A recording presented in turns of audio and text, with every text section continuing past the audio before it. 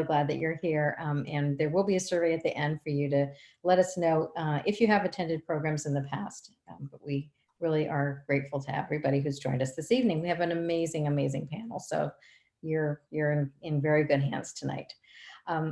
So I'm just going to point out that if you're using any kind of an electronic device, you can access the Q&A box or the chat box at the bottom of the screen. In the Q&A box, you also have the option to send your questions anonymously. With the chat box, those just go to the panelists so that not everyone else is seeing that. We are recording this program.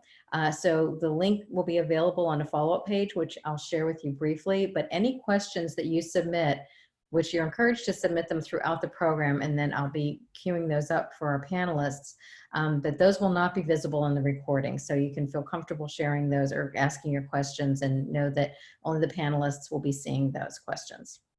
They won't be recorded. I wanted to introduce Judy Hirsch to you.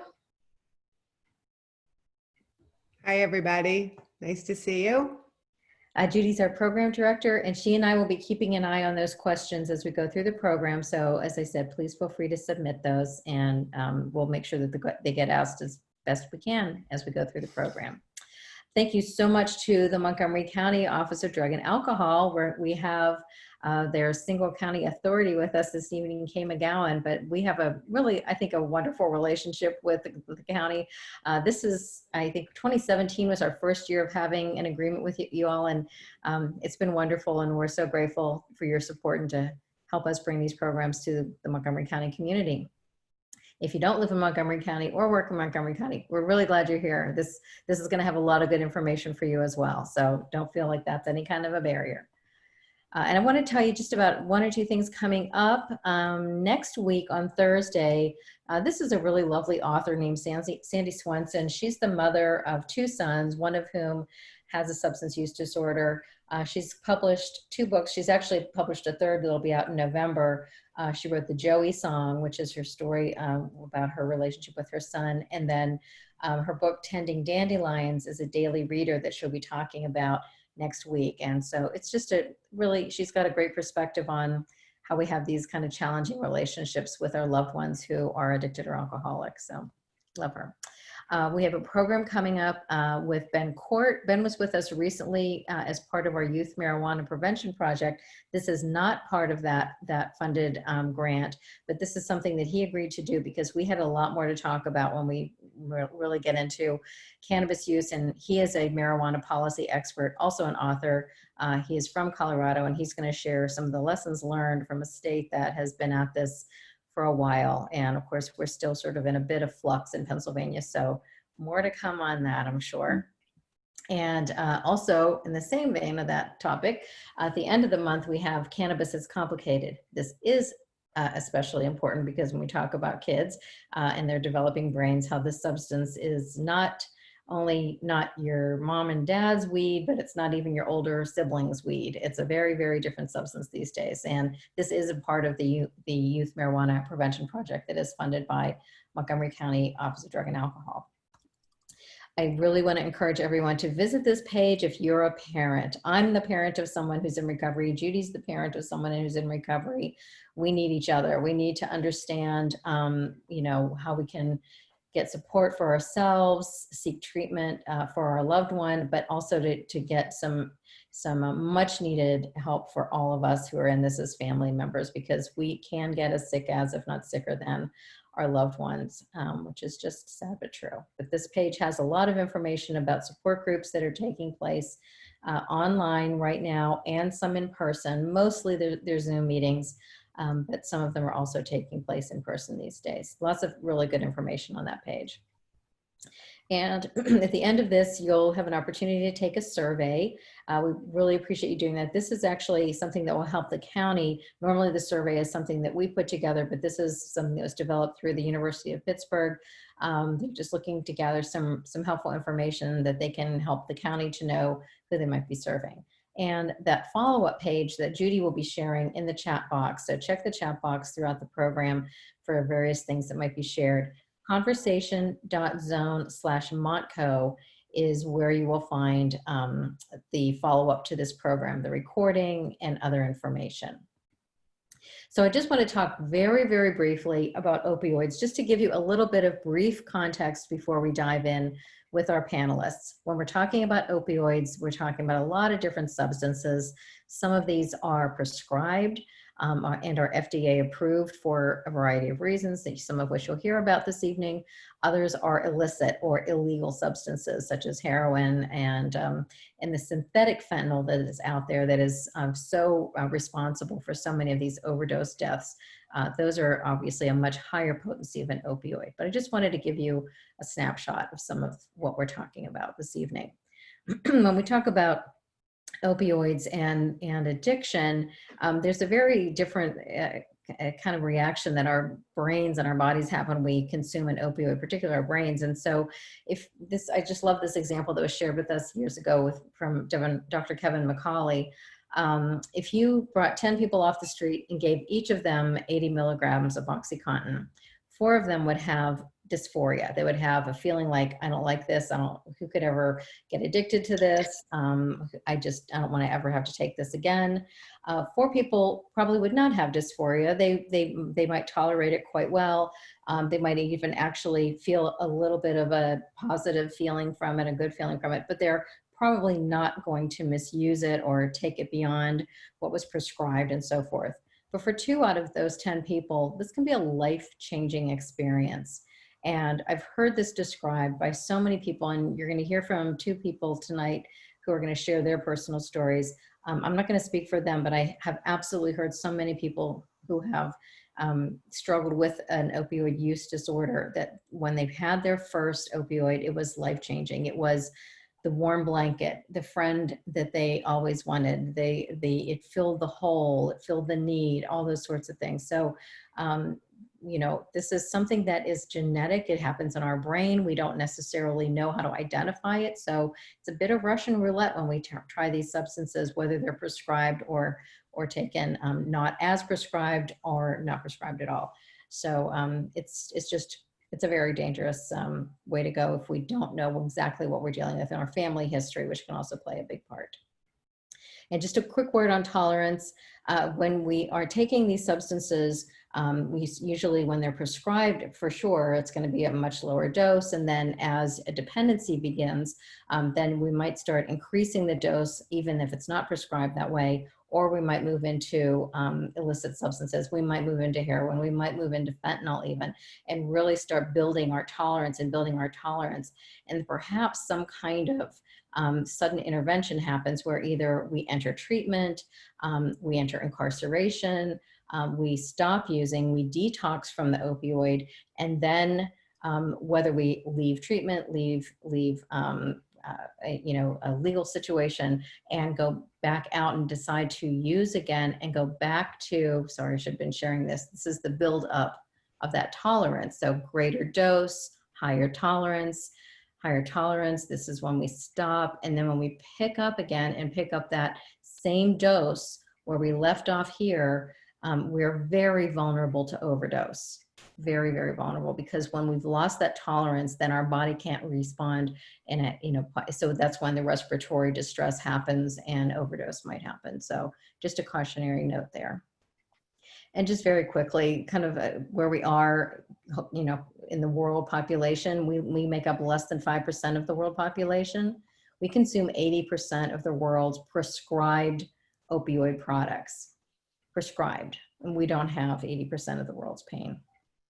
If you look at just hydrocodone products such as Vicodin, we consume 99% of those hydrocodone products. So this is a disproportionate problem in this country that we are still battling, or you're going to hear a little bit tonight about how this is, unfortunately, has not been harnessed in the way we would all love to see. So I am very excited to introduce this panel to you. I'm not going to get into all of their bios. This gives you a basic idea of what they're going to be presenting, but you have some really amazing folks with us tonight. So I will stop sharing my PowerPoint and start sharing Kay McGowan's PowerPoint. Kay, can you unmute and introduce yourself, please? And I'm going to let you tell everybody what your role is at Montgomery County. Okay, thank you.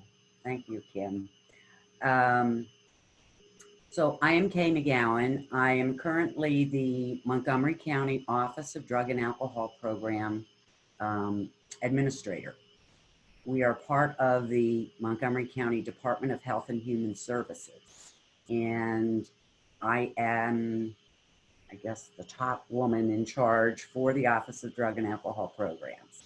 And I do have a short PowerPoint to share with you tonight. And I'm not seeing it. Hang on one sec. Okay, Right there.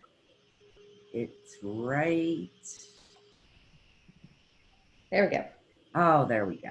Great, thank you. So you can go to the next. Next slide, yeah. We are the administrative office within the Montgomery County Department of Health and Human Services. Our primary connection is to our state department, which is called the Department of Drug and Alcohol Programs, and we refer to that as DDAP. The secretary for the State Department of Drug and Alcohol Programs is a woman by the name of Jennifer Smith. I want everyone to know that there is a 1-800-GET-HELP-NOW helpline that the state has in effect 24/7. And in any time anyone in the state needs some type of assistance, the people that are answering those phones and those phone calls will direct individuals, either if they cannot execute admission into a treatment program if needed, they will connect the person back to the person's home county. And in most cases, that is back to our offices. Every county in the state of Pennsylvania has an organization that is considered, next slide, a single county authority, which is what our state designation is, the SCA. There are varying degrees, or there's 4 different choices that counties have for a state designation as an SCA. We happen to be considered a public executive commission, which means we are a part of county government, but we are purely administrative. Therefore, we provide no direct services out of our office directly.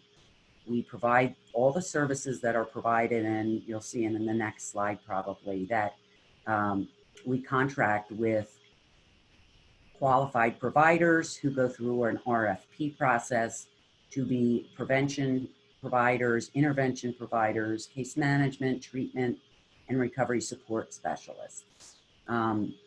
We receive the dollars from the state, who receives many of their dollars from the federal government, to provide a continuum of services listed here. And then we turn around and contract those dollars out to provider agencies to provide the actual services. And then our role really is to manage those contracts with those provider agencies and make sure that they're doing what it is that we want them to be doing. So next slide. Access to treatment. The other thing that is very important to understand is that there are various ways that people can be funded to access treatment. Clearly, if you are someone who has a private health insurance plan through your employer, or and in the other vein, in the state of Pennsylvania, there is a law in effect. It's called Act 106. And that mandates that any insurance provider that writes insurance in the state of Pennsylvania is required to provide substance abuse service, treatment service coverage. And usually those individuals with a private health insurance plan look at the back of their insurance card, and there's a phone number to call if they need substance use or mental health services. So their treatment services would be paid for through their private health insurance. Our dollars that we receive are really to pay for individuals who are not insured or very underinsured. There are many people in Montgomery County who have medical assistance, which is the state Health and Human Services health insurance plan, known as Medicaid. Those people get covered under the Medicaid program for their treatment services. However, there are those individuals who don't qualify for Medicaid, don't have private insurance. Many times they're working part-time, don't qualify for their health insurance through their employer, don't qualify, they make too much money to be eligible for medical assistance, can't afford the Affordable Care Act plans. And those are the people that our office will pay for treatment services for. And the way that happens is by an individual contacting, based on their residency, one of these 4 case management assessment sites. So if you can read the map and see where you live in Montgomery County and where that star is, that is where you would go to be assessed. Trained, not counselors, but trained case managers are there to do a level of care assessment based on the ACM criteria. We kind of have them spread across the county. Next. And that is exactly what happens for those individuals that need assistance financially to pay for treatment services. They go and they get their level of care treatment assessment using the ASAM criteria, and perhaps one of the doctors, psychiatrist, will be able to talk about that criteria. But that's really the standard used for determining what level of care a person needs. And these are the general levels of care that are available for substance use treatment services based on that criteria. I'm really not going to go into this, but I did want you to know that there is, we also do assist people with medication-assisted treatment options in methadone maintenance programs, and are now allowing for payment towards at our contracted outpatient providers to have the ability to prescribe buprenorphine or naltrexone. But I'm not a doctor, I'm not going into all of that. The other area that we have just recently really tried to delve into, and we are so proud of, is that we have a number of certified recovery specialists, and I know we have one on the panel tonight. I'm anxious to hear his conversation. And also there is a certification for family recovery specialists, and I know that Kim Porter is one of those. These recovery support services are really to support individuals in their recovery, especially early recovery, with any kinds of support, from legal challenges to food insecurity to housing issues, to medical, connecting with the right medical professionals, all those types of non-treatment related issues that every one of us struggles with in life. A certified recovery specialist can help someone in early recovery really connect with that individual and help them along the way.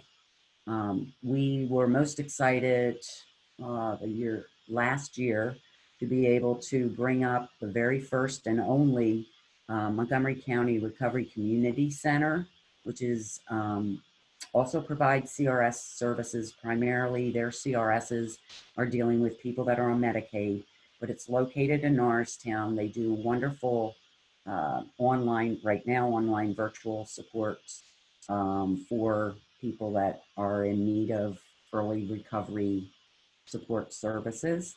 And it's a really nice center place, physical place that's beautiful inside. And it's almost coming up on a year that they are open. Next. So in Montgomery County, we have seen some of the hot topics. Obviously, opioids. We have been dealing with this for the last, I think it's since 2014 with our county commissioner, Josh Shapiro, who was our commissioner chairperson at the time, who is now the state's attorney general. And he was and still is very involved in this issue of opioid overdoses and the deaths associated. He championed getting something done about it back then and organized the county's first and only overdose opioid task force to look at this problem. This is just obviously some of the signs and symptoms of opioid use and the withdrawal that people have. So it remains a hot topic as we're here tonight talking about it again, and particularly now with the COVID situation. And we know that overdoses and fatalities are rising within the last 6 months. The other topic, I need to address the NARCAN. NARCAN, aka naloxone, is the medication that can prevent and reverse overdose deaths. And it is a phenomenal medication that is not harmful for someone who is not in an overdose from opioids. And we do have that available. I would direct you to the Montgomery County website, the main county website, and there is a link for how to obtain NARCAN. It's just easier for me to say, the nasal spray through the county. We have it available in our 3 county health clinics, which unfortunately have been closed for the past 6 months because of COVID. However, we do have a new program running that you can go and free of charge go online and get a kit shipped to you for free from an organization that is now part of Prevention Point, which operates a lot of their programs out of Philadelphia, but they also work out of Pittsburgh. So our website will include that, and I'm sorry that I forgot to put that link at the bottom of this page. And then the other hot I topic. can include that in our follow-up, Kay, if Oh, we that'd be great. connect afterward. I'll send you the link then. The next slide talks about the other hot topic that I won't go through over the statistics, but we are definitely have been seeing over the last several years. We knew it was coming, but we are seeing an increase in the number of people being admitted to treatment on stimulants, particularly meth, cocaine, crack cocaine. So we are, I guess it's a different beast. And unlike with an opioid addiction where you have the assistance of some medications to help curb that craving, that's not so much the case with these types of stimulant users. And so we've really got to keep our eye on that and figure out what the best treatment modalities are for that population. Those are our hot topics right now. These are just a few examples of what you as a parent, a family member, a loved one, a friend, we suggest that you do. Very simple guidance on what you can do to try to help your person that you're caring about. And if you have any further questions directly, you can call our office. That's our main number, the Office of Drug and Alcohol for Montgomery County. And again, I want to stress that those of you that are on that are not from Montgomery County, every county office, especially in the Southeast, there are offices of drug and alcohol in each one of those counties that you can contact. And I would just simply Google your county's website and look for what number to contact for the Office of Drug and Alcohol. Magellan Behavioral Health for Montgomery County residents who are on Medicaid and need assistance with getting access to treatment. They are our managed care organization for the Medicaid population, and that is their 800 number that one would call in order to access services, and they'd be directed as to where to go. But in our county, the vast majority of any of our contracted treatment providers are synonymous with who Magellan contracts with. We keep it that way, try to keep it as identical as possible in the event that someone is in treatment and either loses their medical assistance coverage. In that case, then the county, our county office dollars can pick that treatment cost up and vice versa. So that's how we operate the funding situation in Montgomery County. And I am going to stop with that, and I'm anxious to hear the rest of the presentations. Thank you, Kay. That was wonderful. Really appreciate all the work that you do. And this was supposed to be Kay's year of retirement. And then COVID got in the way of that, and Yeah. we're all kind of glad you're still with us, guy. April 3rd, but who's Oh. counting? Okay, not counting, right? No, not counting. All right. Dr. Clemens, can we hear from you next, please? Yes, absolutely. So first off, thanks so much for having me tonight. I've been asked to talk about the effects of COVID-19 generally and specifically on the treatment of opiate use disorder. The changes that we've experienced from a social, organizational aspect come from this idea that we're trying to prevent the spread of a virus. And some of the recommendations that we've kind of all started to incorporate into our lives are the ideas of decreasing social gatherings, staying 6 feet apart, and also quarantining in place, quarantining at home. These have widespread effects on the entire continuum of the journey of one's use and sobriety through the experience of opioids. First, in terms of how opioids are initiated, someone's first use can be in a social engagement. It can be in an isolated environment where maybe they're using an opioid from a medicine cabinet versus maybe having it given to them by a friend or buying it at a party in a social grouping. So now we're starting to tend towards these isolated initiations. How the substances are obtained is affected. There's a difference. People go out into public to purchase whatever substances versus maybe ordering them to be delivered by mail. That again starts to skew us towards a fentanyl acquisition versus other opioids. Even how how people maintain their substance use. The COVID-19 virus has affected financial access, what one is doing to make money, but also has affected access to supply. The isolation that we are experiencing individually certainly kind of changes how markets develop and maintain themselves. So supply has been affected. And then it also interferes and changes how one continues use. Someone who maybe was using in an environment with others kind of around them in a group setting is maybe using in isolation in their own apartment or home, thus likely more at risk for overdose and death because there's no one kind of around. It as well affects our experiences of an active use. If you are now quarantining at home with your family, when you were using kind of away from the home, kind of hiding the active use, now there's more likelihood of interaction and engagement with the family. The COVID-19 virus has even affected kind of how substances are stopped. Fortunately, though unfortunately because it's a failing, I think, of our system, but fortunately because of the empathy and kind of goodwill of all of us, family and friends are usually tasked to engage and help someone in active use who is in need of it. So many stories of people going out and finding, quote unquote, their loved ones in active use. That is not something that is, there's less engagement kind of from an environmental perspective because we are all quarantining, staying home.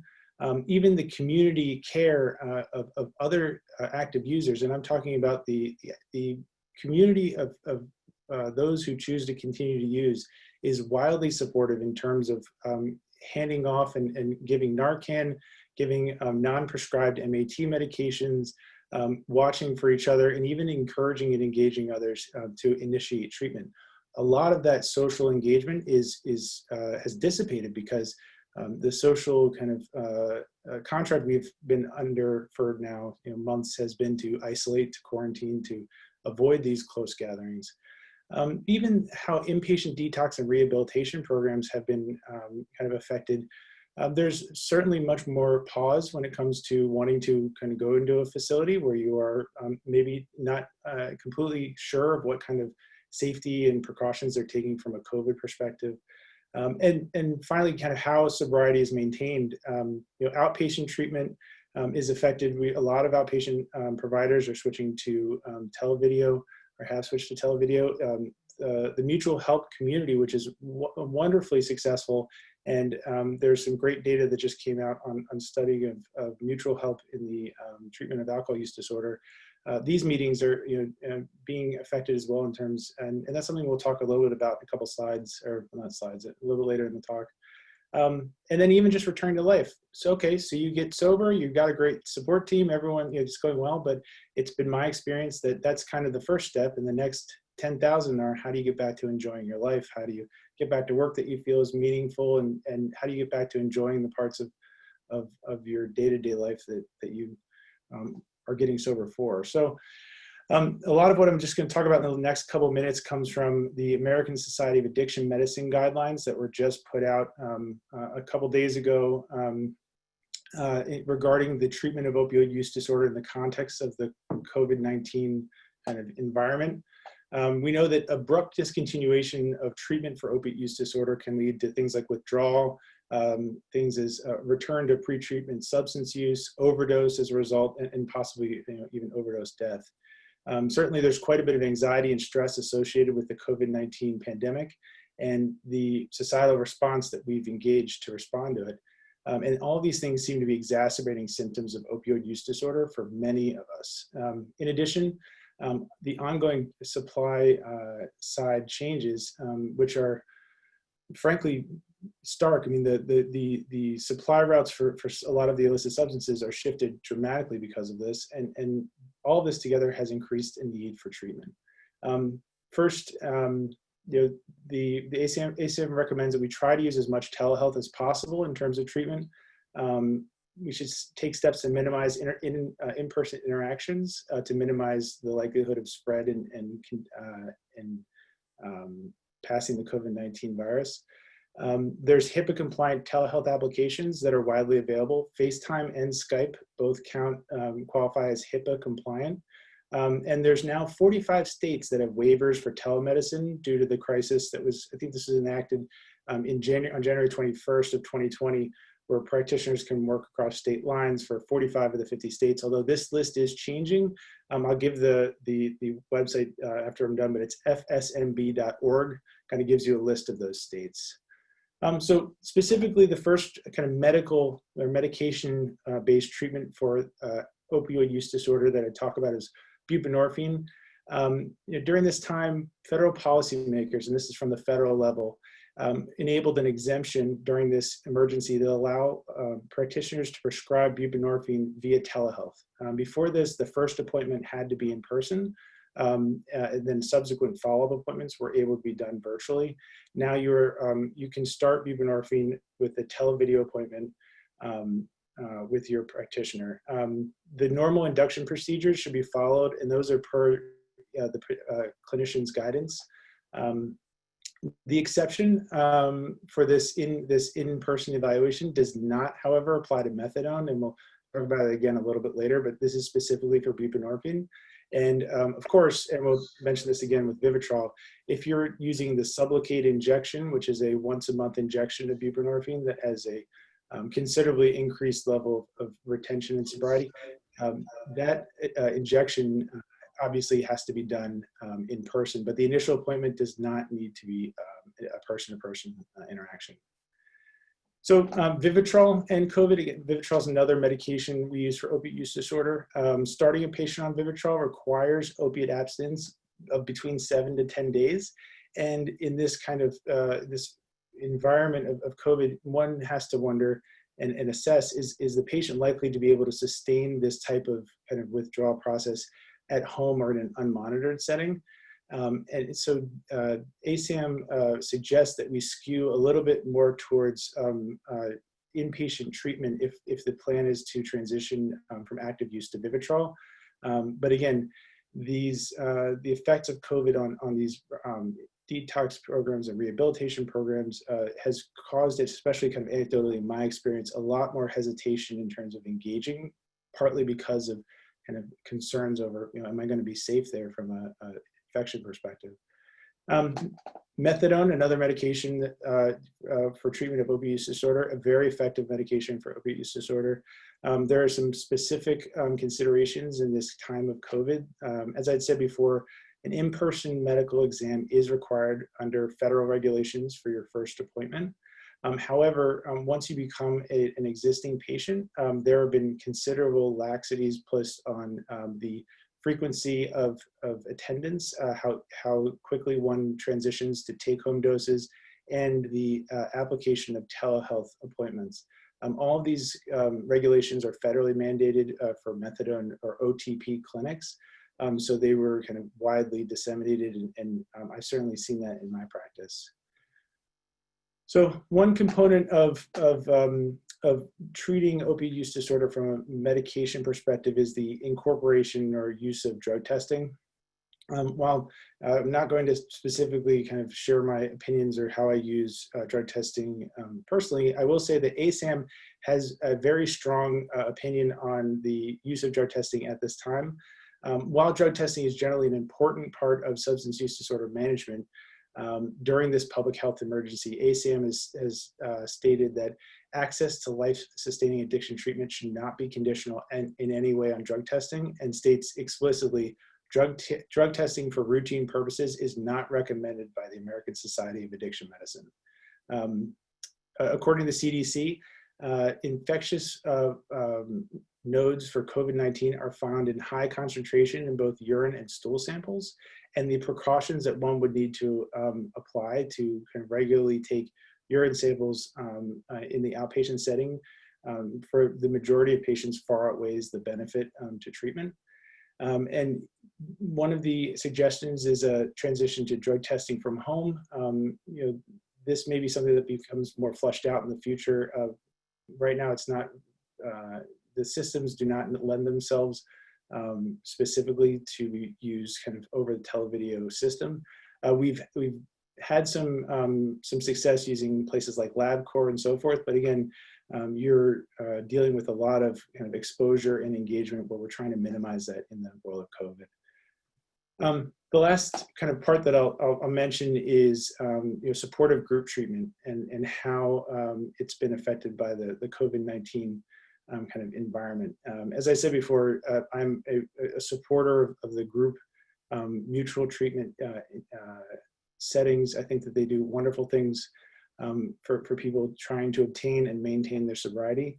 They stratify the risk of these kind of meetings, and they suggest trying to stick to low risk or moderate risk meetings, and I'll describe each of their kind of stratified groups. The lowest risks are virtual only activities, gatherings where individuals are remaining physically distant while connecting virtually.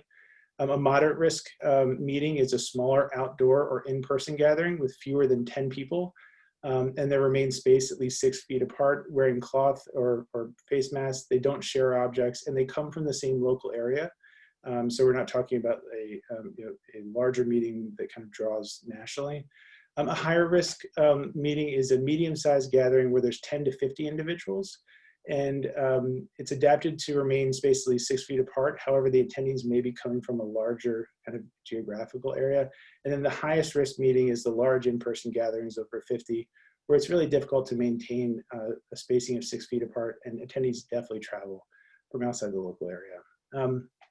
In general, I try to simplify all the work that I do, and when it comes to the treatment of use disorders, the way I think of it is active use is most succinctly defined by secrecy and control, and active recovery and active stability is defined by acceptance and connection.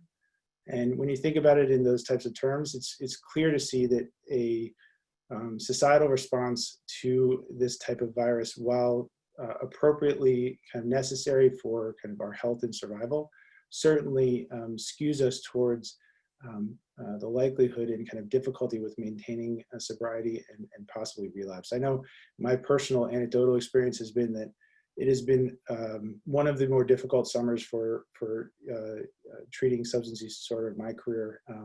There have been quite a few success stories, but the anxieties and kind of trials that we're facing right now had quite a cost. So thank you so much for having me here to chat, and I'll obviously kind of stick around, and I'll be here on the Zoom. Thank you, Dr. Clemens. Great information. Really great to have you with us. Thank you.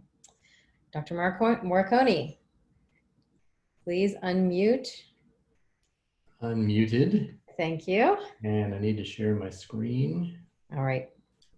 Dr. Morricone is an oral and maxillofacial surgeon, and he's going to talk about safe prescribing practices, because opioids, obviously, we have a long history of, as I just pointed out earlier, of us getting a little too far down that rabbit hole. Go ahead, Dr. Morricone. Thank you, and I very much appreciate being here. I do, Kim, want to share my screen, but here it says host disabled attendee screen sharing. Not sure what that means. Should be okay now. Okay, let's try that again. Here we go. Okay, desktop. Okay, thank you. You guys get to see my granddaughter and grandson first. But I want to say, first of all, thank you for having me tonight. I'm going to keep this as brief as I possibly can. I tend to tell some stories here, so I might skip a few, but you won't know that one way or the other. But anyway, I am an oral and maxillofacial surgeon, as Kim said, at Abington Hospital. I've run the dental division there for about 32 years. And I am an oral surgeon by training. And so one would ask, okay, well, what's a dentist doing here? Well, a dentist is here because we oral surgeons and dentists in general have been, I want to say, duped almost into prescribing opioids for a very long time and over a very long period and in large amounts. Dentists at one time were the #2 prescribers of opioids in the United States. We have fallen from that grace, thankfully, and now we are further down the line. However, there is still a lot of opioid prescribing being done. As another piece of background, I'm also the Pennsylvania Dental Association lecturer, where I give a 2-hour course to our dental healthcare professionals around the state of Pennsylvania, and we talk about safe prescribing practices to them. As I said, dentistry is way up there in terms of opioid prescribing. As you can see, opioid prescriptions somewhat recently were up to 18 million, and a total prescriptions of 64 million altogether. I'm not getting that entire screen in there, but that's fine. And bottom line is we are heavy prescribers of these medications. One of the things that has happened over the past few years is that the number of opioid prescriptions has dropped, and this is global, or rather United States based. It's not just dentists, but we have come down each year in terms of opioid prescribing, and that continued to decrease until to 18, 19 in those years. And it still is a lower rate, but still anything over 1 prescription, in my opinion, is probably too much. And so our effort in dentistry is to make sure that we educate our residents, our students, and our colleagues in terms of what is safe in terms of prescribing, and giving them an idea of what it is that the effects are of their habits long ingrained. We know in the past few years, Pennsylvania has risen in terms of highest number of opioids deaths in the United States per 100,000 people. Pennsylvania in 2017 was #3 in the United States. I'm honestly not sure exactly where we are now. Sometimes the statistics take a year or two to hit the press, as it were. But Pennsylvania has been a real problem. Ohio is a real problem. In Ohio, you can get heroin delivered faster than pizza. And there are folks that I've heard of in New Orleans and other cities that actually will hurt dogs and cats and take them to vets and try to get opioid prescriptions. So there's a lot of desperation out there. There's a lot of people who are drug seeking. And I can tell you, I sit here and talk about this, but I talk about it in the sense of what I've experienced in my career over a period of time. And I've been both a victim and a perpetrator of opioid prescribing. A victim in the sense that many years ago, as an early educated surgeon, I had a couple of patients come to me who were drug seeking. I didn't realize that. It was 2 sisters. The one had a bad bridge she could take out, and it was terrible. The other woman had a back injury, and they would go between dentists and orthopedic physicians seeking narcotics for their alleged pain. Well, I was fooled, and I prescribed this woman 2 different opioid prescriptions over the course of 48 hours until the 3rd prescription she asked for, based on the fact that her dog knocked it over and into the toilet or into the sink, or maybe it was her daughter, I don't remember. And so she needed a third prescription. And of course, her story was good because she was only in town for a week. She was going back to Connecticut and, needed to get through the week before she could see her dentist. And of course, classically, did not let me do any treatment, simply an examination. And I didn't even know anything about this until about 2 weeks later when a county detective walked into my office looking for information about these women who were drug seeking. So I was burned in that particular case and never forgot it. I've tried to be somewhat vigilant since. I won't go over too many statistics, but suffice it to say that in Pennsylvania, we have a huge problem. Drug overdose deaths as of 2017 were 5,600. They have dropped somewhat over the past couple of years, but as others have pointed out, are beginning to increase now. And it's not from opioids themselves, I mean pills themselves, because as again has been said, we've converted from that to heroin, which was a lot cheaper than getting pills on the street, that to fentanyl now, which as you all know is a disaster in terms of what's happening in this country. So we do in the American Dental Association have statements that were put out some years ago. And this was our first indication that we needed to consider what are the best practices in terms of prescribing for our patients. We do know that non-steroidal anti-inflammatory analgesics are the best, and they work for acute pain in dentistry because what they're doing is they are getting at what's called nociceptive pain. The pain that we inflict as surgeons and dentists is located in the areas in which we inflict it. Narcotics simply alter the perception of that pain, but anti-inflammatories actually act at the site of pain. And I'll talk about that briefly at the end. And our association encourages us to look at other options for treatment, to work with other healthcare practitioners when treating pain, working with pain specialists, et cetera, and making sure that we have our records and our patients, up to date. Now, I have gone from briefly prescribing for a typical wisdom tooth patient. I'm sure 90% of you in the room have had their wisdom teeth out, and you know what an experience that can be. I started out prescribing 20 to 30 Vicodin or Percocets for these surgeries some years back. I noticed that many of my patients weren't taking a narcotic. They'd come back a week later and say, well, I had one and didn't seem to work too much. I just got sick, and so I threw it out, or I kept them and I'm not, using them. Well, God knows how many pills I left in the community. We know that one of the statistics is that dentists leave about 50 million pills out in the world, nationwide, per year, unused pills. And where do they sit? Patients' medicine cabinets, and they're accessible to folks that should not have them. So that's a significant thing. So when I talk to patients about the non-use of opioids, because I ratcheted down, I went from 20 to 10 to 6, and finally I realized, why am I even doing this? Nobody's still taking the medication, or those that do are either enjoying it too much, which of course they'll come back for more, or many just didn't want it at all.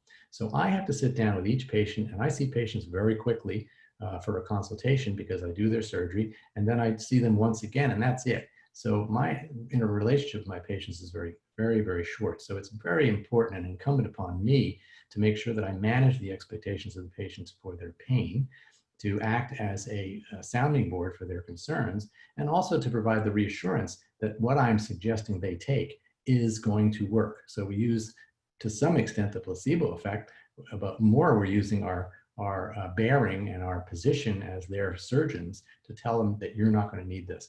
And of course, when you do that, and it doesn't work, or the patient finds that they need more or less or something else, you have to be available. I tell my colleagues, you can't just close your door at 4 o'clock as a dentist or surgeon and not expect to be contacted occasionally by patients who need this kind of work. So, this is how I go about managing patients like this. So what we suggest, and this is all across the board, and this is occurring now in dental schools, in some medical schools. I'm not privy to the medical school data, but most dental schools around the country, certainly those in the middle Atlantic region, all have curricula now for safe prescribing of opioids, and which basically, in my view, as you'll see at the end of my speech here, means no opioids, okay? So in any case, ibuprofen, we know, works very well. It is an anti-inflammatory. It reduces the inflammation associated with tissue trauma, which is what we deliver each time, and it blocks that pain threshold. And we have, of course, a maximum dose. The other one is acetaminophen or Tylenol, extra strength. That works differently. That reduces the temperature of an area that's been insulted with a surgical procedure, and therefore there is a reduction of pain simply because of that fact alone. It's key to remember, and I tell my patients this constantly, to take it together. You must take those medications together. So what can we do to talk about this with our physicians? Let's say you go to your dentist or your doctor and they are ready to prescribe you a pain medication. And I've seen this time and again.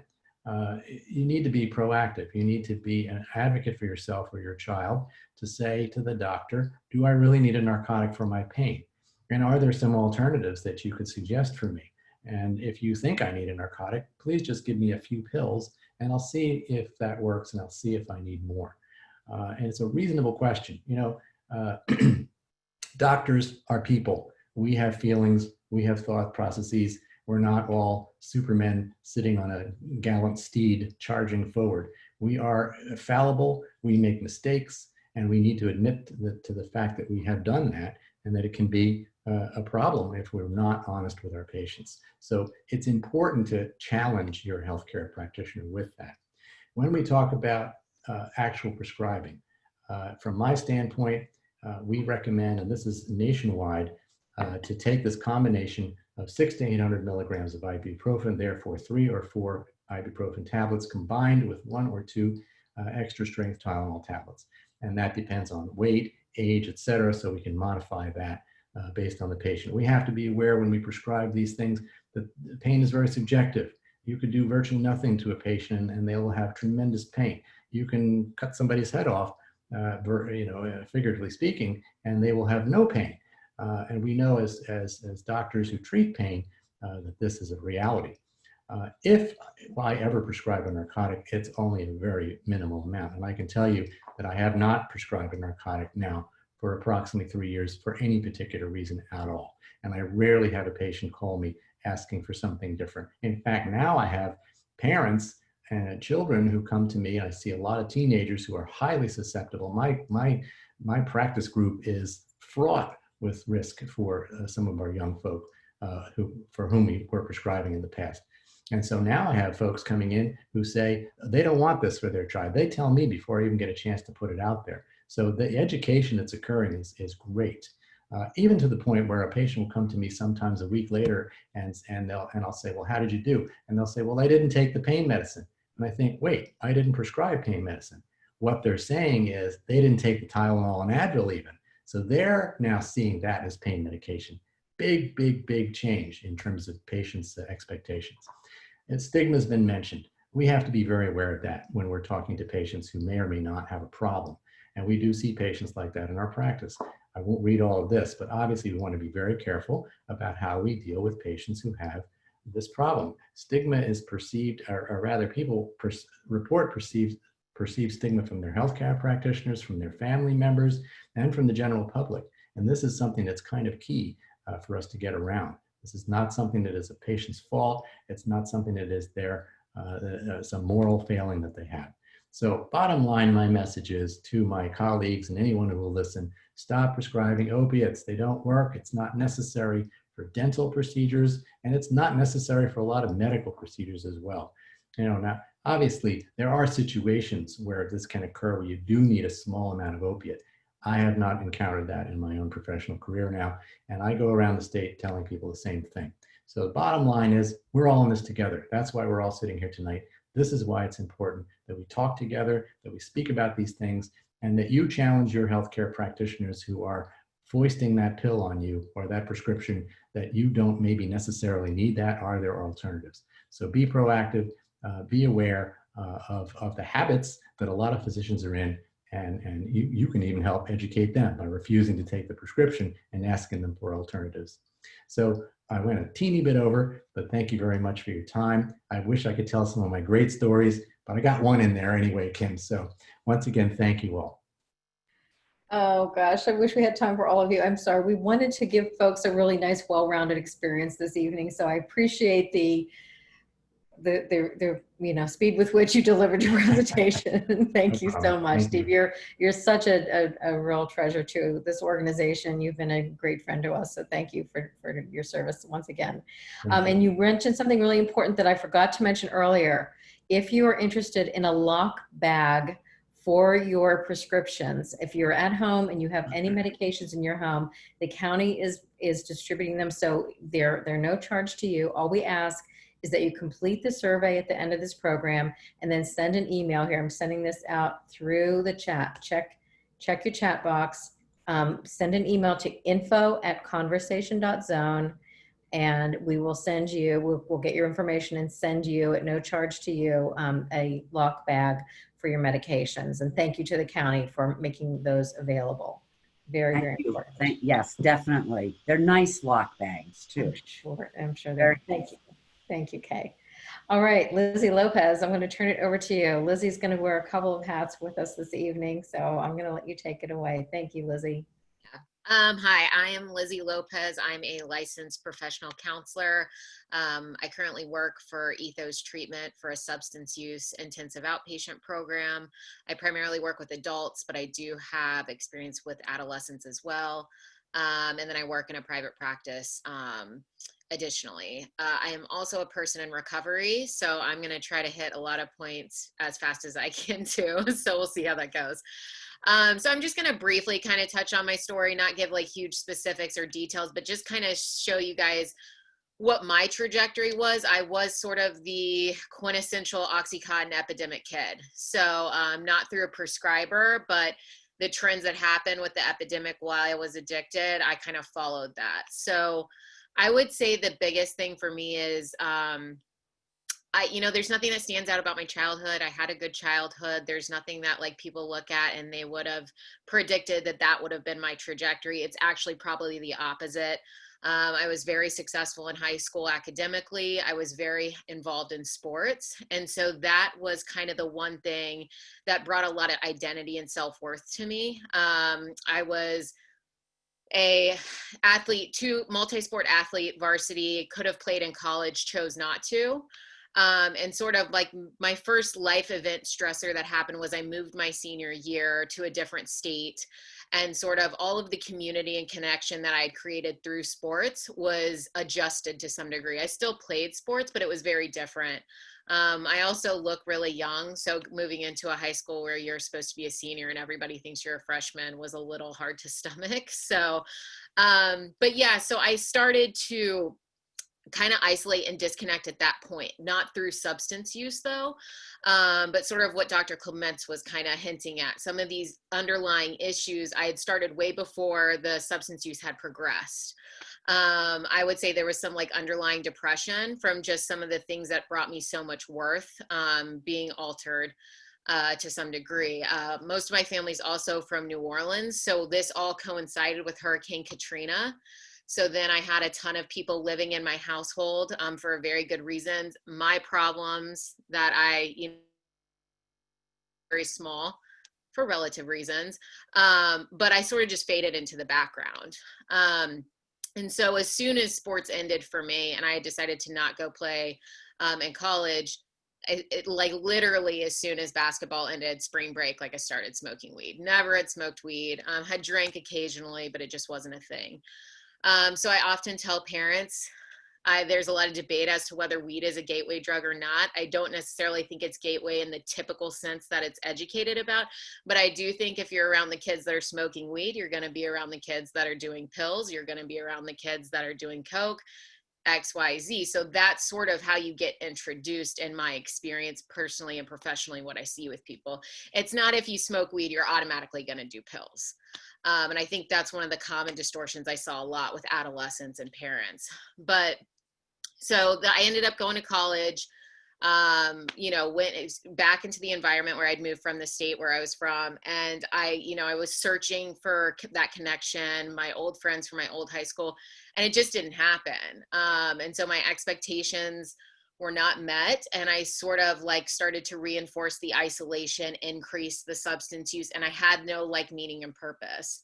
So I think sports brought to me everything that we try to pitch in early recovery, right? So community, connection, accountability, support, identity, all that kind of stuff I had at one point, and then it was gone, and I didn't do anything to create it in an alternative way. In fact, I kind of just did the opposite. So there I just saw like my drug use escalate, and this is where I was introduced to Oxycontin when I was about, I think like a sophomore in college. Somebody just had it. I always joke, like I had no idea how addictive it was, none of that stuff, but I didn't ask either. You know what I mean? So it's not like I gave them the opportunity, but I really had no idea what I was getting into. It was not like other substances for me. I abused all other substances, but I am one of the opiate people that once I found opiates, that was my aha, that was my go-to. I didn't really care about much else. Not that I ruled it out completely, but that was my primary focus, and that's all I kind of wanted to abuse at the time. So, you know, I kept going through college, did Oxycontin tolerance like Kim had suggest. As Oxycontin became less available and there was more of a crackdown, prices skyrocketed. And then there was a huge DEA sweep on the college campus that I went to. And so basically Oxycontin became unavailable unless you wanted to pay an exorbitant amount. And I couldn't afford that at the time. So my transition to heroin was pretty easy. It was not really a thought of like, I don't want to do this. It was like, I'm going to be sick and this is the only thing I can find. And also I would say the people I was surrounding myself with, there was a large chunk of us that made that transition at the same time. So it was easier for me to justify that in my own head as well. So you know, I first entered treatment after I graduated from college. People are usually pretty impressed by that, but I always think it was a form of manipulation. So I was the quintessential person. If I can keep the external pieces looking okay to everybody, nobody's really going to dig in and ask questions. And I did that for a long time. So the functional addict that people point to, you know, that would have been me. I think that's a common distortion too, because if I wasn't using drugs, I would have been way better to achieve a lot of things. And then I was sort of this young adult that was a failure to launch. So I graduated college, but launching into adulthood, I completely missed that step. And then I ended up in the treatment cycle. I'd love to tell everybody I was one and done. I am not. Relapse is a part of my story. I think it was necessary. And I needed the relapses to learn that I couldn't use other substances because I always thought I could drink. I did not think that was an issue, but that's always what took me back out. I will say for the parents out there, my parents listened to the treatment professionals. And when I decided to do what I wanted to do, they cut me off. I think it's probably the hardest decision that they made, especially for my mother, but they did not support me. And they were there and they said, if I wanted to go get help again, they would help me get help, but they were not going to, you know, fund my, I like to say like I was like a nomad gypsy, but like I was really just homeless, like, you know what I mean? Like couch surfing. They weren't going to be a part of that. I respect them for that decision today. It was not easy when they did it, but I do think that's the reason that I got sober when I did go to treatment the next time. Went to treatment and then I was just at a place where I was willing. And with my clients, I know this personally, I know this professionally, I can't tell you why that light switch goes off for people. There was a lot of people along the way that planted seeds that were necessary. So not all those treatment experiences were a wash. Not everything that happened was a wash. That was all necessary to get me to that place of willingness. And then I could kind of tap back into those things that people were saying to me that I just didn't really have open ears for at the time. I went to treatment and I just did everything that was suggested. So when people ask like, how did you get sober? I just say like, I just did everything that people told me to do. And every experience prior to that, when I did relapse or I ended up back in treatment, there was always stuff I wasn't willing to do, whether it was go to AA, get a sponsor, get support, continue with therapy, continue to treatment. I would always not take the package deal. I see clients fall into this trap all the time. It's like, I'll do X, but I'm not going to do Y or Z. And like, I think I'll be okay. And a big metaphor I use for people in my IOP is like recovery is a puzzle. And so we're trying to put all the pieces together. So like medication, it can be an important puzzle piece, but it's not going to be the only puzzle piece. And if you want to create the whole picture and find the meaning and purpose, then we have to find all the pieces and put them together all at once. So I'll kind of transition that to like clinically what I think is really important and some of the trends that I'm seeing right now. Because I will say, like, I found meaning and purpose, I found all that, and I think a lot of it comes from what I do professionally. I would say a lot of it comes from the recovery community in general, and just, you know, how my life has developed and living a value-based life. So clinically, I focus on that a lot. I really hone in on people's values and whether they're living congruently or incongruently with them. I will say with the pandemic, I've had to tweak some typical interventions that I've used. I am seeing across the board an increase in substance use. I would say some of the trends we're seeing is like a sharp progression. So like I got a lot of people that I'll evaluate, and it's like things were progressing, and then March hit and things progressed rapidly. And so they went from maybe like an idea or illusion of controlled using to using in the morning or using in the afternoon. I've seen it sort of across the board. So opiates, alcohol, I've seen a big jump in alcohol use. But, you know, I think as like professionals, we've just had to become more creative with the resources and find sort of new interventions to use in this mode. I would like to put a positive spin on it. I don't think it's all doom and gloom. I've actually seen a really interesting thing with the virtual setting for my IOP, that my clients are more connected than they've ever been. And I think that's because they're starved for connection, but there's also like the chat element on Zoom. So as soon as I get a new person that starts group, everybody puts their number in their chat and they're like, call me anytime. When I run an IOP, we don't put a number, we don't send a numbers list around like they do in AA. It's just something for confidentiality purposes I would never ask clients to do.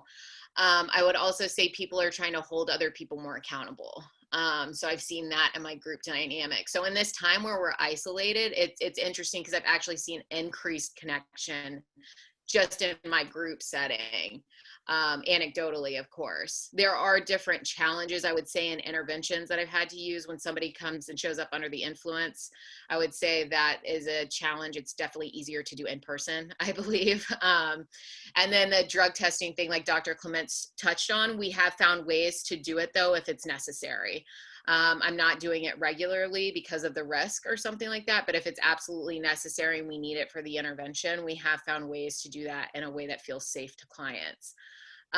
So yeah, I think we have recently seen a huge increase in treatment. I think a month ago, our numbers jumped significantly where I work, and our kind of line of thinking is it's the ripple effect. So we think everybody thought maybe this would sort of go away and life would return, and then maybe they would get help, or maybe the substance use would decrease. And as things have progressed and kind of stayed the same, we think people have started to get more in touch with like, I need help now. So that's kind of where we're at. I'm gonna cut it right there for the sake of time so Steve can get his little chunk in too. But if anybody has any questions, my contact info, you can always reach out. I'm open to answer anything or follow up about any of the information that I provided. Take a breath. Thank you, Lizzie. That was perfect. Perfect. Thank you so much. Without further ado, Steve Kerrigan, take it away. Unmute, please, buddy. Hi, thanks, Kim. First and foremost, I really appreciate the opportunity to be here among some wonderful panelists. So thanks again for having me, Kim. My name is Stephen Kerrigan, and I'm a person in recovery. And what that means for me is that I haven't put a mind or mood-altering substance into my body since April of 2017. In addition, I'm a certified recovery specialist, and I work out of the University of the Jefferson University Hospital's emergency department in Center City as a certified recovery specialist employed by the Council of Southeast Pennsylvania. And we are a prevention, intervention, advocacy, and education organization that operates recovery community centers in Chester, Montgomery, Bucks, and Philadelphia counties. I enjoy going last on these speaker panels, which I have in the past with you, Kim, because it's almost like each panelist before me tells a little bit of my story.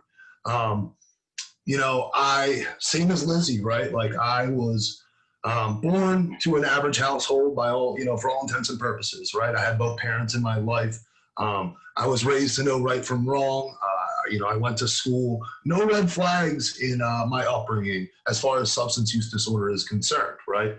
But something that I think influenced that, some feelings that followed me from a young age, right, was a feeling of disconnect, insecurities, not feeling like I fit in with other people, feeling like I was less than other people around me.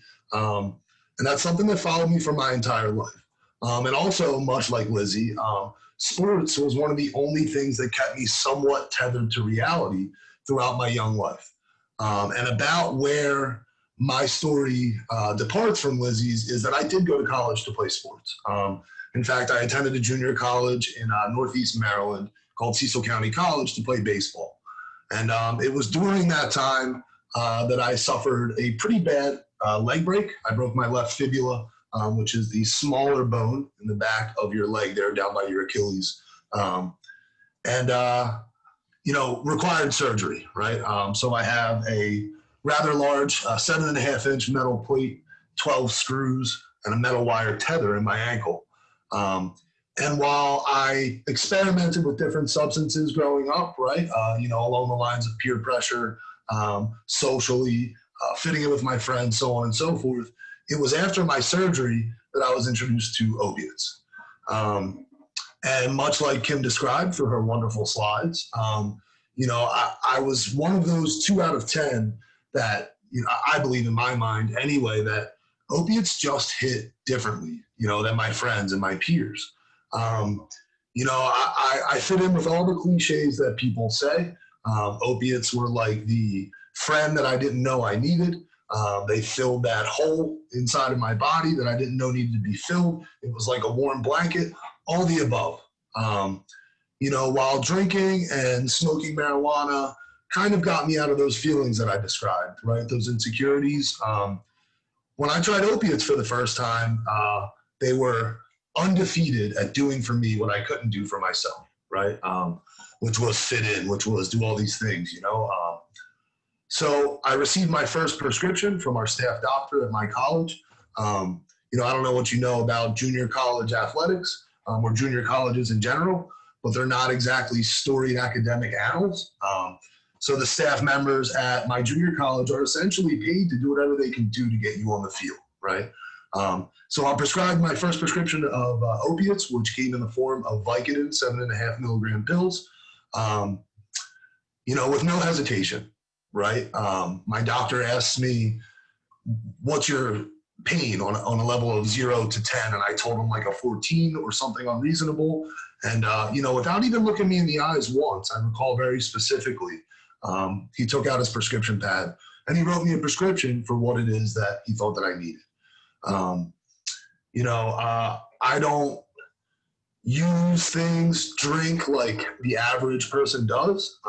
So within the first couple of days of having this prescription in my possession, a prescription that was supposed to last me 7 days, lasts me 2. I'm sharing them with my friends. I am taking 2 to 3 times the amount that I'm supposed to for my pain. And in 3 or 4 days' time, I'm back in front of my doctor asking for another prescription. And he readily obliges, right? Long story short, I come back to Pennsylvania, the University of Pennsylvania, for a surgical consult, at which point the doctor tells me that I'm going to need surgery, that the chances that I will walk normally ever again are very slim, let alone ever play baseball again. For me, growing up, I had modest aspirations, all my parents and all my friends' parents were all nurses and firefighters and police officers. I'm from Northeast Philadelphia. So that's like what I looked up to, you know what I mean? And I think besides that, like every other good Northeast Philadelphia kid, I wanted to play professional baseball. So when I was told that my passion, my purpose, if you will, would be taken away from me, things got pretty dark for me. I learned that I would lose my scholarship to Cecil County College, and that the one love in my life up to this point, at 24 years old, would no longer be a part of my life. Back to Pennsylvania I come, probably the worst place in the entire world for a budding opiate habit, home of Kensington, the largest open air drug market in the world. Things go from pretty bad to absolutely awful in a matter of no time. I go, and Kim spoke about this with her tolerance slides.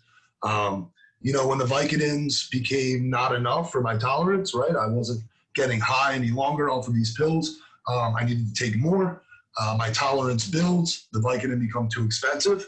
And I moved on to other forms. So Percocet 30 milligram pills were my next choice.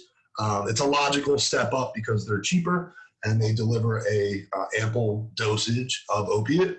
And when those become too expensive, I start doing heroin. You know, all of this unfolded in a matter of, I guess, about 6 months. I was home in the city of Philadelphia with a Vicodin prescription, and 6 months later, I was doing 2 to 3 bundles of heroin a day. So, you know, I won't get into too much detail as to the places that brought me. You know, they're not fun places. But I will say this, that sense of a lack of purpose, a steady depression, you know, no friends to speak of, barely able to hold employment for any period of time. You know, my family loved me, but they didn't like me. I wasn't welcome at any family gatherings or anything like that. You know, things were awful, right?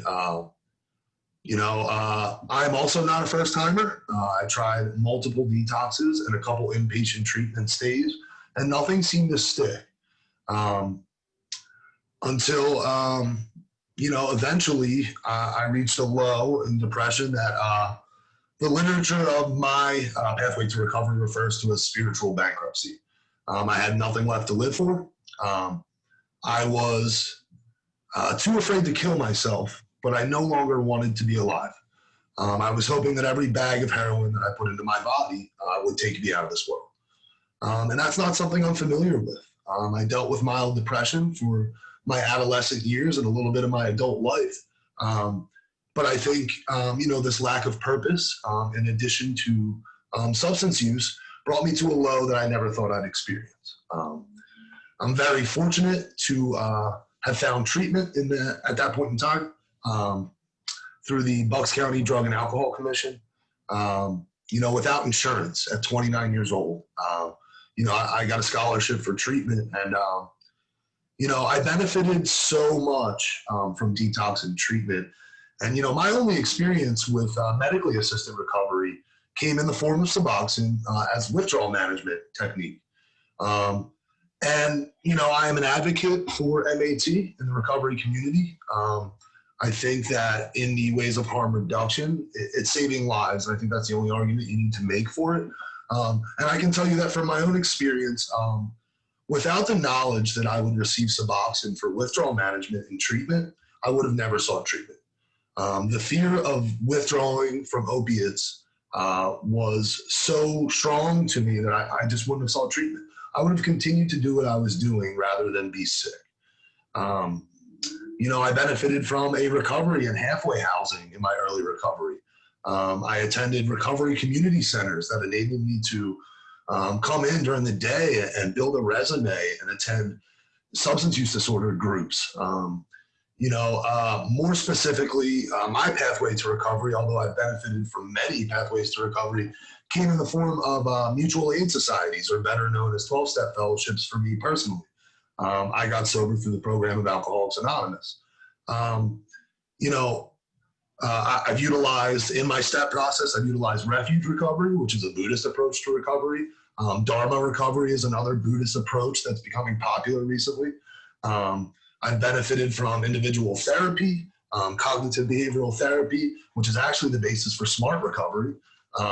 You know, all these different pathways to recovery had a profound impact in my life in one way or another. And I'll get back to that, excuse me. But the one thing that my 12-step fellowship did for me was offer me, for the first time, I think, in my life, the chance to be a part of a community, to be connected to other individuals, to not feel like I didn't fit in without a substance or without other things in my life. And that was a wonderful feeling that I had never experienced. My father is sober 16 years as a result of the program of Alcoholics Anonymous. My grandfather passed 13 years sober as a result of the same program.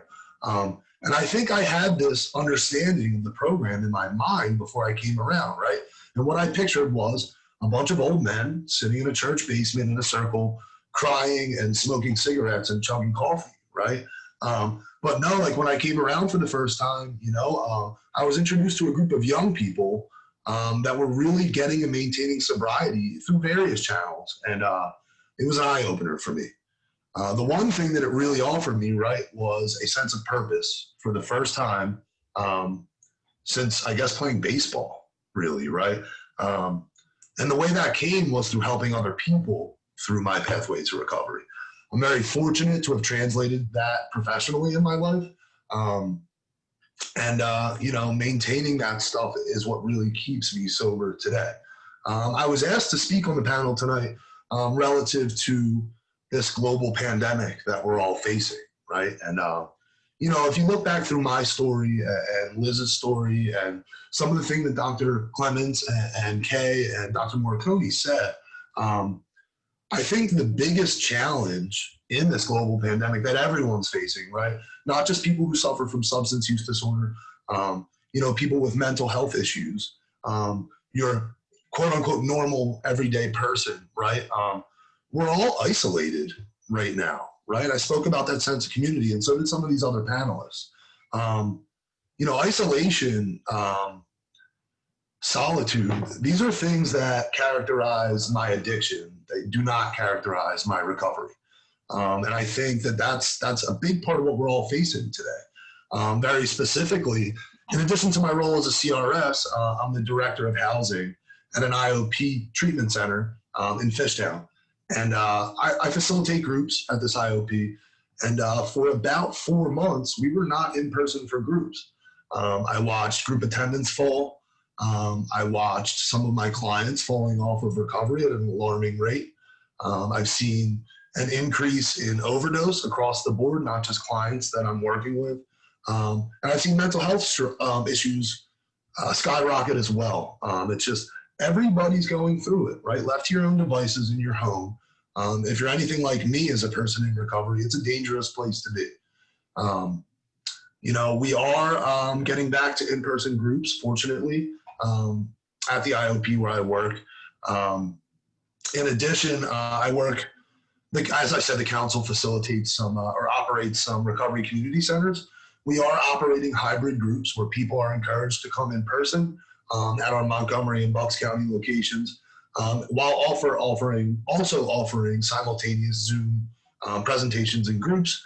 But it's not the same, right? When I talk to people in recovery, as I'm talking to you right now, I lack that authentic engagement, right? And I really feel for people who are early in recovery right now. Because I know that if I had, 1 day, 3 days, a week sober, for somebody to come to me over a screen like this isn't something that I would necessarily respond to. But I think we're starting to get into the swing of things, right? Some things are opening back up to some capacity, and I think people are adjusting as well. And same here, right? Like I've seen some success stories throughout the pandemic. I have an Alcoholics Anonymous clubhouse that I attend regularly. And the other day, a group of 15 women that I've never seen before show up to the meeting. And I don't know if any of you have ever been to a meeting, but there's always that group of women that are like an impenetrable fortress. They don't let anybody penetrate and come in and talk to them, right?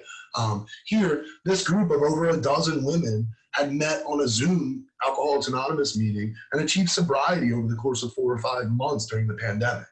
So there's been some bright spots to come out of this as well. Generally, what I'm seeing is this pandemic is making or breaking a lot of people who are in my shoes. If you can make it through something like this, whether you deal with substance use disorder, mental health, whatever the case may be, you're going to be a lot stronger coming out the other end. I've been fortunate. I've been able to work in person every day since this pandemic started. I'm very grateful for that. But I don't know. Again, I feel for anybody that's early on in recovery. I really appreciate the opportunity to speak tonight. Thank you for having me. And I am putting both my personal email address and the Council of Southeast Pennsylvania's website into the chat currently. if you have any questions, if you need anything in the world, or you have any questions about our services, obviously as well, feel free to check us out. Or if you want to talk to me personally, that's my email address. And Kim, thanks again for having me.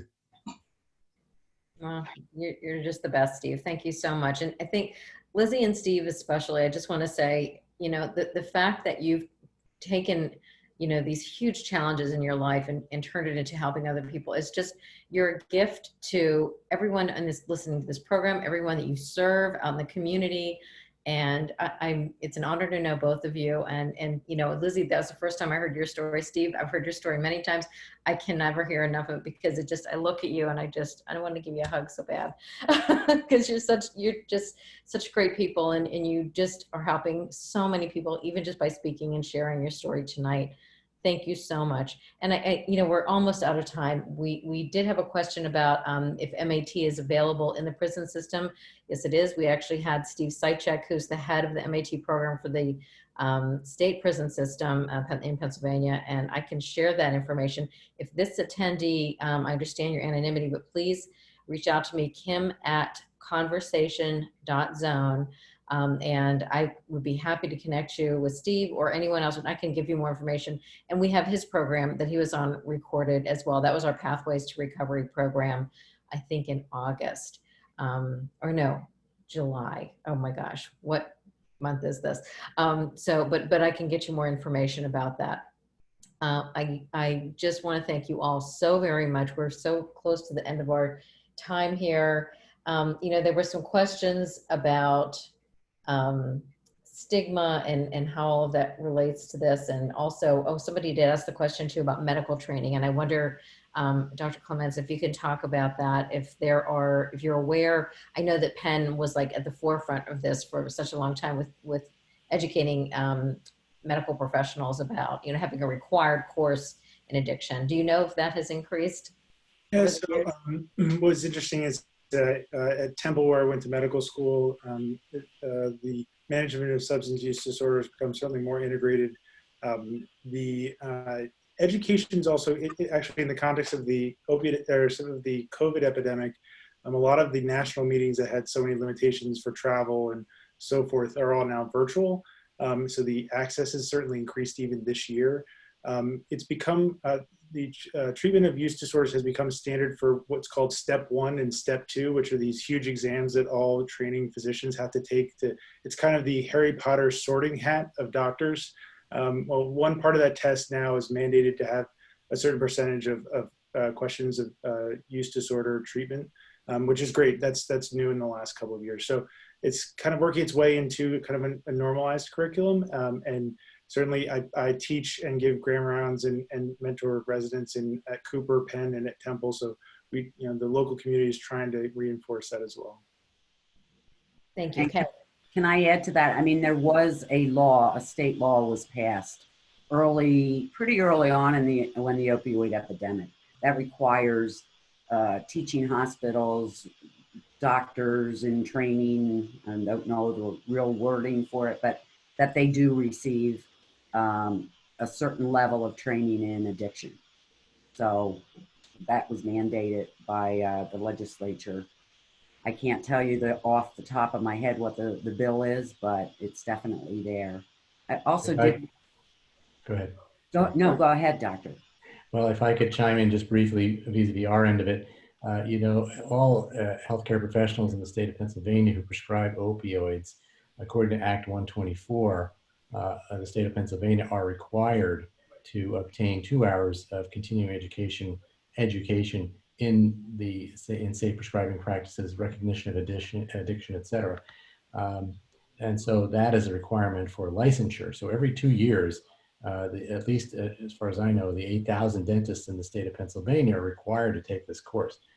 So that's a positive step, and that's been for several years now. The other thing, and Dr. Clements was talking about Temple and Cooper, at University of Pennsylvania at the dental school there, we have one of probably the world's experts on opioid prescribing, Elliot Hirsch, who has written numerous articles around this topic and directly teaches dental students. And he is a very fervent proponent of these kinds of processes that dental students need to go through. So I see that. Our students come through now to my residency program, we have 4 graduate residents every year, and they all already know, about this particular issue. So that's a major step. So education's been huge, and it's happening more and more. And on a personal level, doctor, I can attest to the fact that ibuprofen is the wonder drug for dental pain. Having had prescribed, I haven't paid for your Lexus probably, but I know I have paid for someone's Lexus with my dental work over the years. And I will never forget the day, my first major dental surgery, that I went in with the prescription for Vicodin to the pharmacy, and the pharmacist looked at it, saw it was Vicodin, and said, "Let me guess, it's a dentist." And sure enough, it was. However, I was one of the fortunate ones, could only take a half of one of those pills.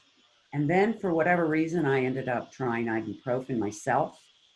And it was like, holy cow, it's the miracle drug for dental pain, especially.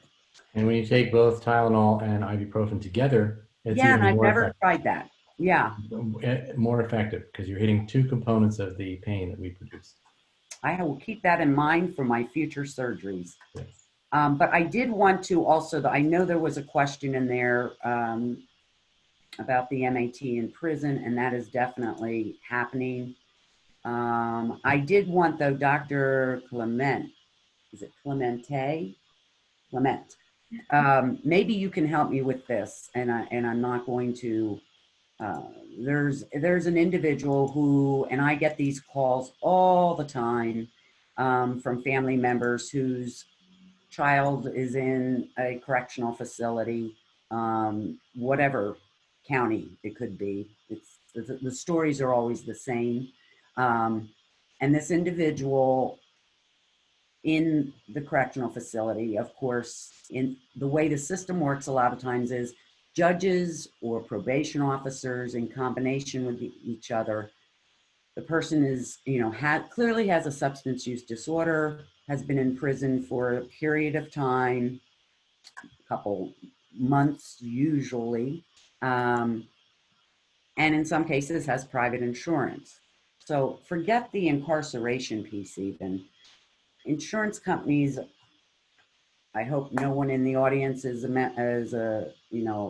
insurance company CEO, but they're not my friend. They're not a lot of people's friends. And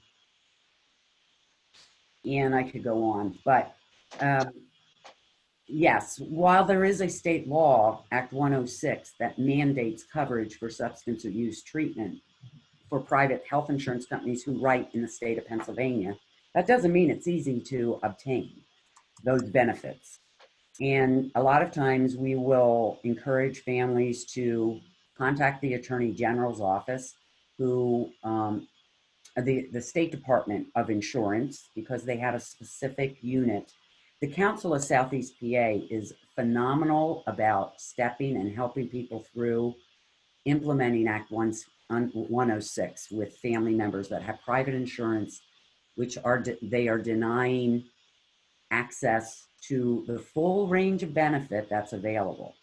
In this situation that the question was asked about the individual who's been incarcerated, the insurance company in question is denying coverage for inpatient treatment upon release because they haven't used, right, for 3 months. Yeah. And now that we're going through the ASAM transition, I'm not an expert on the ASAM. Prior in the medical world, in the public world, prior to going to the ASAM, we used a tool called the Pennsylvania Client Placement Criteria, the PCPC, for level of care. That tool was developed specifically to accommodate for individuals who were incarcerated as a part of being eligible for inpatient treatment, even though you may have been incarcerated. That would help you meet the criteria. I'm not sure that ASAM looks at it the same way, and therefore an insurance company can deny that. stuff. Okay, I'm gonna ask Dr. Clements to answer. We're like pretty far over our time, so I'm gonna let Dr. Clements answer that, and then we'll wrap up. Go ahead. I'll be very quick. I'm sure all of us have heard stories or have had experiences of someone who wants to go into treatment and has to ostensibly relapse again in order to get through the door because they have to have something in their urine. Maybe one of the most awful shortcomings of our current treatment system. What I would say is when I'm kind of using the ASAM criteria to argue for inpatient care in the context of getting out of prison, we know the first 2 weeks are the highest risk of overdose and death from change in receptor plasticity. I push very hard on relapse potential with kind of negative outcome and unsafe environment for placement. Those two together with enough kind of pressure seem to be reasonably successful in terms of getting someone placed. That's criteria 5 and 6 of the ASAM dimensions. Sometimes it requires quoting the studies showing the first 2 weeks is when most people who have an opioid use disorder exiting prison end up having an overdose mortality or morbidity issue. But usually it's criteria 5 and then criteria 6, which is recovery environment, which saying that they have an unsafe kind of environment to discharge to with high likelihood of relapse. That's very helpful information. I would be more than willing to follow up with that individual. My contact information is on the PowerPoint slide. Call that number and ask for me. And actually, contact information for all of our panelists is on that follow-up page. So please feel free. We're all here for you. So, and I also just shared the link for staying connected on our website. There are online meetings. That is truly one of this. If you're willing, we know this isn't ideal. The Zoom format and all. It's not what we all want, but this is what we have right now. Please take advantage of these opportunities. We can be in more meetings than we've ever been in before, frankly, because there are so many taking place online. We could just be a fly on the wall in a meeting, just stay connected. There are podcasts. There's so many wonderful. Listen to Dax Shepard's story. It was amazing. If anybody heard day 7 on his podcast, was phenomenal. Anyway, I must thank you all so much. We're way over on time. I appreciate all of you very, very much. Thank you. Thank you for attending. Thanks, folks. And don't forget, if you want a lock bag for your medications, send an email to info@conversation.zone. Thanks, everybody. Thank you. Thank you.